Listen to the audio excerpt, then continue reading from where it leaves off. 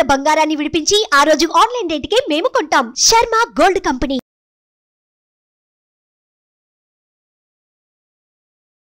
నమస్కారం, నేను మీ జాహ్నవి. మరి వారాహి నవరాత్రులు ప్రత్యేక కార్యక్రమంలో భాగంగా అమ్మవారికి ఏ రోజు ఏ విధి విధానాల ప్రకారం మనం అమ్మవారిని ఆరాధించాలనేది గురువుగారు చక్కగా ఎక్స్ప్లెయిన్ చేస్తూ ఉన్నారు కదా. మన ప్రముఖ జ్యోతిష్య వాస్తు పండితులు, జ్యోతిష్య వాస్తు శిక్షణ నిపుణులు, లలిత ఉపాసకులు బ్రహ్మశ్రీ నానాజీ పట్నాయక్ గురువుగారు. మరి 6వ రోజు మరి గురువారం నాడు మనం ఆచరించవలసిన విధి విధానాలు ఏమిటో గురువుగారి మాటలు అడిగి తెలుసుకుందాం. నమస్కారం గురుగారు. శ్రీమాత్రే నమః. అయితే గురువుగారు, గురువారం నాడు అమ్మవారిని ఏ విధంగా పూజించాలి, కలిగే ఫలితం ఏమిటి? ఇక్కడ ఏంటంటే అమ్మవారికి నైవేద్యం కానివ్వండి, పూజ కానివ్వండి, ఆ రోజు చేయడం వల్ల ఆ ఎనర్జీ పెరుగుతుంది. మనకు ఆ గ్రహదోషం పోవడానికి చేసేటువంటి గురువారం పంచమి ఉబ్బా నక్షత్రం అయింది. పూర్వ పాల్గొని నక్షత్రం అంటారు. అంటే గురువు యొక్క రోజు శుక్రుడి యొక్క నక్షత్రం అయింది. గురు శుక్రుల యొక్క ప్రభావం ఉంటుంది ఆ రోజు ఖచ్చితంగా. మరి అలాంటప్పుడు గురు శుక్రుల ప్రభావం ఉంది. ఎవరి జన్మ జాత చక్రంలో అయినా గురు శుక్రులు పారయ్యారు. సహజంగా గురు శుక్రుడు కనుక పాడైతే ఏమవుతుంది అంటే సంపద లోపిస్తుంది. శుక్రుడు లిక్విడ్ క్యాష్ కారకు, లక్ష్మి అధిష్టాన దేవత. గురువు లోపించాడు, గురుబలం లేదండి, అయ్యో ఏం చేసినా కలిసి రావట్లేదు అంటూ ఉంటారు. ఈ రోజు కనుక ఎవరైనా గంధముతో ప్రత్యేకంగా అయితే నిత్యము గంధముతో చేయాలి. ఇంకాస్త ఎక్కువ గనక అరిగి మనము కామన్గా బయట నుంచి గంధం తెచ్చేసుకుంటున్నాం ఇవాళ రేపు మనకి అవైలబిలిటీ లేకపోవడం. కానీ నిజంగా కనుక గంధాన్ని కనుక అరగదీసి కనుక చెయ్యగలిగితే అమ్మవారి అనుగ్రహం అద్భుతంగా ఉంటుంది గురువారం నాడు. అదేవిధంగా పసుపు, గంధము, తెల్లటి పుష్పాలు, వీటితో ఒక్కొక్క నామం చదువుతూ అమ్మవారికి చేయాలి. మరి పంచమి తిథి పడింది. పంచమి తిథి చాలా మంచి తిథి. పంచమి తిథి నాడు మనం ఏదైనా సరే ఒక ప్లానింగ్తో చేసినట్లయితే ఆ ప్లానింగ్ సక్సెస్ అవుతుంది అంటారు పంచమి తిథి నాడు. అలాగే మరొక విషయం ఏంటంటే అమ్మవారికి నైవేద్యం ఏం పెడితే మంచిది? పాయసాన్నము, అదేవిధంగా పులిహోర, పసుపుతో కూడినటువంటి పసుపుతో చేసినటువంటిది, లేదా మనకి నెయ్యితో చేసినటువంటి అన్నం ఉంటుంది. నెయ్యి కలిపి అన్నం చేస్తాం. నెయ్యి పెట్టిన అన్నం చేసి కనుక మీరు నైవేద్యం పెట్టినట్టు అంటే అన్నంలో నెయ్యిని కలిపి పులగము అంటారు. పులగము, పెసరపప్పు పులగం అన్నంలో నెయ్యి వేసి అమ్మవారికి వేస్తూ ఉంటారు. ఉట్టిన అన్నంలో కూడా నెయ్యి పెట్టి కూడా నెయ్యి వేసి కూడా దీనివల్ల ఏమిటంటే గురుబలం పెరుగుతుంది. అంటే ఏమిటి? గురు సంబంధించిన కారకత్వం ఈజ్ నెయ్యి, పసుపు, ఇవన్నీ వీటిని గురు కారకత్వాలుగా వాటిని మీరు సమర్పించారు. దాని తర్వాత అమ్మవారికి చూపించిన తర్వాత మళ్ళీ మీరు అందరికీ పంచిపెట్టారు, మీరు తీసుకున్నారు ప్రసాదంగా. అంటే ఏమిటి? అమ్మవారి యొక్క స్పర్శ, అమ్మవారి యొక్క దృష్టి పడింది ఆ ప్రసాదం మీద. అదేమవుతుంది? గురుబలంగా మారుతుంది. అంటే మీకు సపరేట్గా గురుబలం లేదు జాతచక్రంలో, కానీ ఈ యోగాన్ని మీరు కలిగించుకుంటున్నారు. పాయసం పెట్టారు, శుక్రబలం పెరుగుతుంది దానివల్ల, నైవేద్యంగా పెట్టడం వల్ల. అలాగే మరొకటి ఏంటంటే పసుపు గంధంతో చేయడము. నవగ్రహాల్లో ప్రత్యేకంగా ఈరోజు పంచమి రోజు శుక్ర గురుగ్రహాల దగ్గర నేతితో దీపారాధన చేయడము. గోవులకి మన అరటికాయలు ఉంటాయి, అరటికాయలు మరియు బెల్లము, బియ్యపిండి కలిపినటువంటి ఉండలు, ఒక 5 ఉండలు తినిపించడం కనుక చేసినట్లయితే కూడా ఇక్కడ ఏంటంటే గోవుకి చేస్తున్నాం సకల దేవత అనుగ్రహం, గ్రహాలకు చేస్తున్నాం, గ్రహపీడ పోతుంది. అమ్మవారు ఈ రోజు ఏదైతే గురువారం అయింది, శుక్ర నక్షత్రం అయినందుకు దానికి సంబంధించినటువంటి పుష్పాలతోని, తెల్లటి పుష్పాలతోని, పసుపు పుష్పాలతోని, గంధముతోని, అదేవిధంగా పసుపుతో ఎక్కువగా అర్చించాము. గురుబలం పెరుగుతుంది అమ్మవారి అనుగ్రహం. ఓపిక, గురుబలము, సంతానం లేని వారికి సంతాన ప్రాప్తి, ఇవన్నీ కూడా అమ్మవారు ఇస్తుంది. సో కాబట్టి గురువారం చాలా ప్రత్యేకం. అయితే ఒకసారి మరి పూజా విధి విధానం కూడా తప్పకుండా. ఇక్కడ ఏంటంటే మనకి ఏ మంత్రము తంత్రము చేయడం రాదు అనుకున్నప్పుడు కూడా సింపుల్ గా చేసే విధానం చెప్తాను. మొట్టమొదటిగా ఒక చిన్న పసుపు గణపతిని చేసుకొని కూడా చేయొచ్చు. ఒక చిన్న ముద్దలాగా, అంటే అది గణపతి అని మనం ఫీల్ అయితే చాలు. గణపతి షేపు, ముఖం రాలేదు, దానికి చెవులు, ముక్కు అన్ని ఉండాలని రూల్ ఏమి లేదు. ఇది మొట్టమొదటిగా మీరు అర్థం చేసుకోండి. గణపతి పూజ చేయాలి ఇప్పుడు కూడా. ఇప్పుడు సహజంగా అయితే శుక్లాంబరధరం విష్ణు అనేటువంటి చదువుతాం, లేదా గణానాం త్వా గణపతి కుంభమామసే అని చదువుతాం. మీకు గణపతి మంత్రం కూడా రాదు. ఓం మహాగణాధిపతయ నమః అనుకుంటూ 11 సార్లు ఇక్కడ ఏం సరిపోతుంది.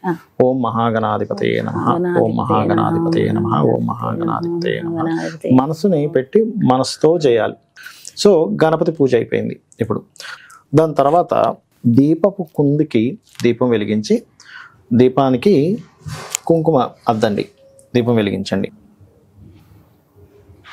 మీరు ఎప్పుడు కూడా గణపతి పూజ తర్వాత దీపారాధన దీపానికి ఒక్కసారి నమస్కారం చేసుకొని అక్షింతలు కుంకుమ అంటించడం, కుంకుమ పెట్టండి దీపానికి, కుంకుమ పెట్టి నమస్కరించుకోవాలి.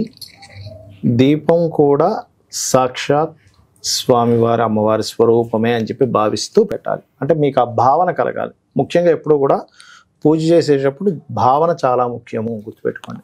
ఆచమనం చేయాలి. ఓం కేశవాయ స్వాహ, నారాయణాయ స్వాహ, మాధవాయ స్వాహ అంటాము. కేశవనామాలు మొత్తం వచ్చు.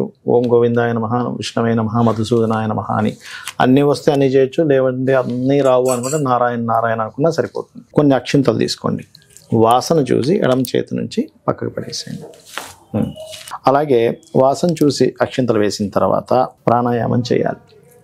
ఇలా ముందు ఎడమ ముక్కు నుంచి తీసుకొని, కొంతమంది కుడి ముక్కు నుంచి కూడా తీసుకుంటారు, బ్లాక్ చేసి మళ్ళీ ఉదయం ప్రాణాయామం చేయాలి. ఎందుకు ప్రాణాయామం చేస్తామంటే మనకు నెగిటివ్ ఎనర్జీ అనేటువంటిది ఇంకా ఏదైనా లోపల ఉన్నా కూడా మనం పూజ చేస్తున్నప్పుడు ఎక్కడ ఏ ఆటంకం కలగకుండా ఉండడానికి.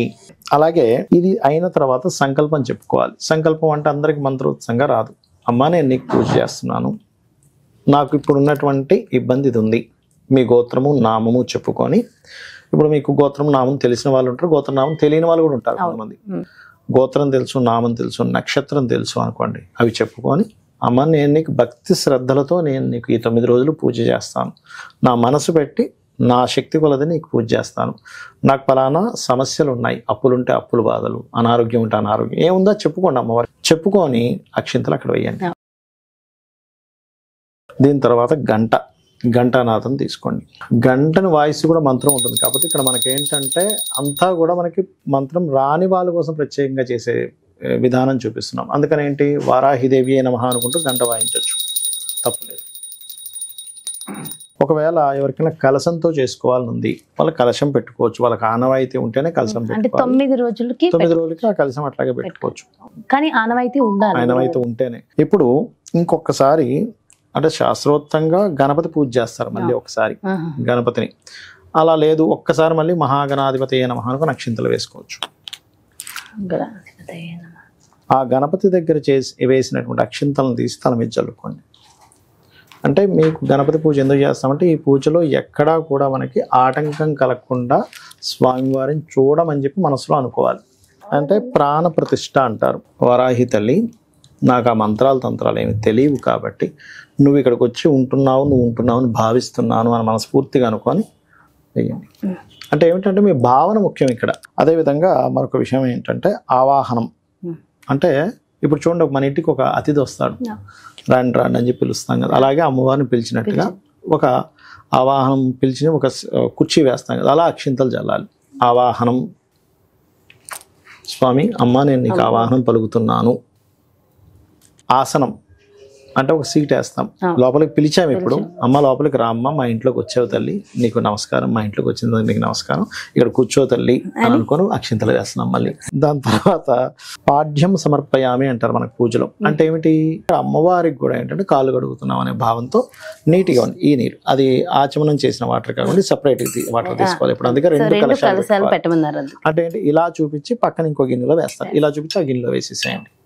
అంటే కాళ్ళు కడిగినట్టుగా అనమాట. కాళ్ళు కడుగుతున్నాను తల్లి, నీ యొక్క పాదాలు కడుగుతున్నాను. అదేవిధంగా స్నానం కూడా చేయించినట్టుగా, స్నానం చేయించినట్టుగా. దాని తర్వాత మనం ఏం చేస్తాం, వస్త్రం ఇస్తున్నాం అమ్మవారికి. అంటే మన ఇంటికి వచ్చిన అమ్మవారికి ఇవన్నీ చేస్తున్నాం, ఒక గెస్ట్ లాగా వచ్చిందని ఫీల్ అయ్యి. యజ్ఞోపవీతము అంటారు. అంటే యజ్ఞోపవీతాన్ని కూడా ఇస్తారు అమ్మవారికి. యజ్ఞోపవీతం అని దూదితో ఇస్తాం, మళ్ళీ దూదిని ఇవ్వడమే. ఇప్పుడు ఏం చేయాలంటే నెక్స్ట్ గంధము తీసుకోండి. ఎందుకంటే అమ్మవారికి ప్రత్యేకంగా గంధంతో చేయాలి పూజ. వరాహి అమ్మవారి అష్టోత్తరాలతో, లేదంటే ఓం వరాహిదేవి అయి నమః, ఓం వరాహిదేవి అయి నమః. గంధం పూజ అయిపోయింది. దాని తర్వాత పుష్పం తీసుకోవాలి. పుష్పాలు తీసుకొని అష్టోత్తరం వస్తే పుష్పాలు, లేదా ఓం వారాహిదేవి అయి నమః అనుకుంటే పుష్పాలతో పూజ చేయాలి. వారాహి స్తుతి లేదా అష్టోత్తరాలు చేసుకునే వాళ్ళు అష్టోత్తరం చేసుకోవచ్చు. వస్తే కనుక లేదంటే ఓం వారాహిదేవి అయి నమః అనుకుంటూ చేసుకోవచ్చు. దాని తర్వాత ధూపం చాలా ప్రీతి అమ్మవారికి. ధూపాన్ని చూపించండి. దాని తర్వాత దీపాన్ని చూపించండి. దీపాన్ని ఒకసారి ఇలా చూపించండి. అమ్మా నీకు దీపాన్ని చూపిస్తున్నాను అనేటువంటి భావన ముఖ్యమండి. ఇక్కడ ఎప్పుడైనా సరే దీపాన్ని చూపించండి. అదేవిధంగా నైవేద్యం ఎప్పుడు కూడా అరటిపళ్ళు ఇలా ఉంటాయి కదా, ఈ అరటిపండు ఒలవాలి ఎప్పుడు కూడా. మనం చాలామంది ఏం చేస్తారు, అలా పెట్టేస్తారు. అలా ఒలిచి దీనికి నీరుని ఇలా చూపించి, మీరు ఇలా చూపించవచ్చు, అమ్మా నీకు ఇస్తున్నాను. తాంబూలం ఒక ఆకు ఒక్క తీసుకొని తాంబూలాన్ని పెట్టాలి. మీరు తాంబూల సమర్పయామి అనుకోవచ్చు. తాంబూల సమర్పయామి అని మనస్ఫూర్తిగా తాంబూలం ఇచ్చిన తర్వాత మీరు కర్పూరం హారతి ఇవ్వండి. ఎప్పుడు కూడా ఆ వాటర్ ఇవ్వండి. అది ఎప్పుడు కూడా ఇలాగా తిప్పాలన్నమాట. దీనికి ఇలా ఓకే వేసి చూపించాలి. దాని తర్వాత మంత్రపుష్పం చదువుతారు. అండ్ అక్షింతలు అంటే పుష్పాలు, కొన్ని అక్షింతలు తీసుకొని ఆత్మ ప్రదక్షిణం చేసుకున్నట్టుగా చేసుకొని అమ్మవారి దగ్గర వదిలేసేయడమే. క్షమాపణ, అమ్మ నా వల్ల ఏదైనా తప్పు జరిగితే క్షమించు అని చెప్పి అనుకుంటే సరిపోతుంది. పూజలో నాకు ఏదైనా తెలియకో ఏదైనా తప్పు జరిగింది క్షమించు. అప్పుడు ఏమవుతుందంటే మీరు చేసిన పూజలో ఎక్కడైనా మీకు తెలియకుండా ఏదైనా ఫాల్ట్ జరిగింది, అమ్మ క్షమిస్తుంది. ఇది పూజా విధానం. చాలా చాలా సంతోషం గురుగారు. Thank you so much. నమస్కారం. ఎస్, చూసారు కదండి. మరి 6వ రోజు గురువారం నాడు అమ్మవారిని ఏ విధంగా అర్చించాలి, కలిగే ఫలితం ఏమిటి, ఎంతో డీటెయిల్గా ఎక్స్ప్లెయిన్ చేశారు కదా. మరో ప్రత్యేకమైన కార్యక్రమంతో మళ్ళీ మీ ముందుకు వచ్చేస్తాను. నమస్కారం.